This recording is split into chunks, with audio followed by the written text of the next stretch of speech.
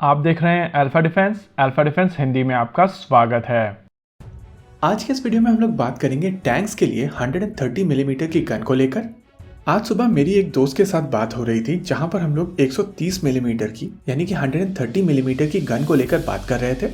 इस कॉन्वर्सेशन के बाद में अमन ने ट्विटर पर एक प्रैंक ट्वीट किया जहां पर उसने बताया था कि डीआरडीओ की लैब CVRDE एक 130 मिलीमीटर की गन बना रहा है और हमेशा की तरह हम लोगों के स्कूप्स को बिना क्रेडिट के अपने YouTube चैनल में डालने वाले लोग इस ट्वीट को न्यूज़ बना के अपने चैनल पर चिपका चुके हैं। देखिए, जब भी हम लोग कोई स्कूप निकालते हैं उसमें बहुत मेहनत जाती है और ये लोग जो हम लोगों के ट्वीट्स को या स्कूप्स को बिना क्रेडिट के शेयर करते हैं उससे मेहनत करने वाले लोगों के मोराल के ऊपर बहुत ज़्यादा इफेक्ट पड़ता है।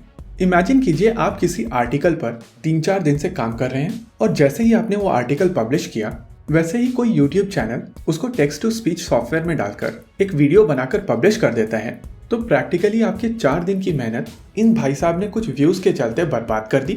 और जब किसी राइटर के साथ में ऐसा होता है तो धीरे धीरे उसकी मोटिवेशन खत्म होने लगती है और इसी के चलते आपको क्वालिटी कंटेंट देने वाले वेबसाइट धीरे धीरे बंद होते चले जा रहे हैं। आपने ऑब्जर्व किया होगा कि हम लोगों की भी वेबसाइट काफी समय से खाली पड़ी हुई है, क्योंकि जब भी हम लोग कोई नया आर्टिकल डालते हैं उसको ये टेक्स्ट टू स्पीच वाली गैंग वेबसाइट से पिक करके वीडियो में कन्वर्ट कर देती है और क्रेडिट भी नहीं लिखती है।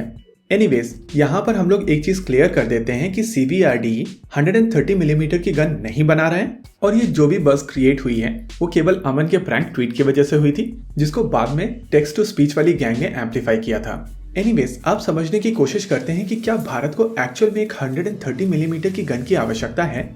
देखिए, टैंक और शिप ऐसे वेपन सिस्टम्स हैं जिनको कॉम्प्रिहेंसिव तरीके से अपग्रेड किया जा सकता है और अपग्रेड के बाद में जो सिस्टम निकल कर आता है उसकी परफॉर्मेंस बेसलाइन सिस्टम से काफी बेहतर हो जाती है। वहीं पर दूसरी ओर जब भी आप कोई नया वेपन सिस्टम अक्वायर करते हैं तो वो रिक्वायरमेंट आप अपने एनिमी की फायर पावर को देखकर बनाते हैं।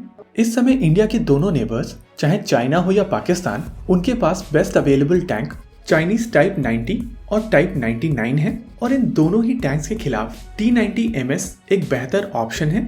और इन चाइनीज टैंक्स के सामने जाने के लिए भारतीय थल सेना को T14 अर्माटा की अभी आवश्यकता नहीं है।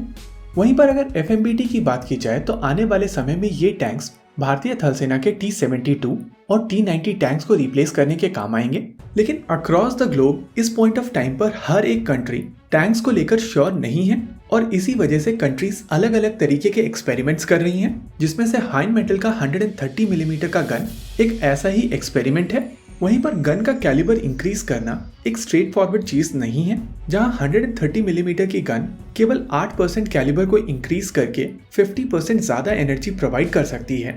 लेकिन इस चेंज का इम्पैक्ट इस टैंक की मोबिलिटी और वेट के ऊपर पड़ता है, जिससे ओवरऑल टैंक की प्रोफाइल बदल जाती है। मेरे हिसाब से इस समय भारतीय थल सेना के लिए बेस्ट ऑप्शन एक मॉड्यूलर अप्रोच होगी। आने वाले समय में भारतीय थल सेना की रिक्वायरमेंट के लिए एक लाइट टैंक बनाया जाना है और इस लाइट टैंक को अगर भारतीय थल सेना एक मॉड्यूलर टैंक के तौर पर विकसित करती है तो भारतीय थल सेना के लिए एक बेहतर अप्रोच होगी। ये modular tank additional add on armour के साथ में मीडियम कैटेगरी या हैवी कैटेगरी का टैंक बन सकता है। इस समय across the globe modular turrets भी अवेलेबल हैं, चाहे वो 105 मिलीमीटर का हो, 115 मिलीमीटर का हो या 120 मिलीमीटर का हो। रिक्वायरमेंट के हिसाब से ये मॉड्यूलर टर्रेट्स भी यूज की जा सकती हैं और इसी वजह से मेरा मानना है कि इस समय भारतीय थल सेना को एग्जिस्टिंग फ्लीट को अपग्रेड करना और नियर फ्यूचर में आने वाली रिक्वायरमेंट को एड्रेस करने के लिए मॉड्यूलर टैंक की आवश्यकता है। रही बात FMBT की या कहें FRCV की, तो ये रिक्वायरमेंट अभी वेट कर सकती है।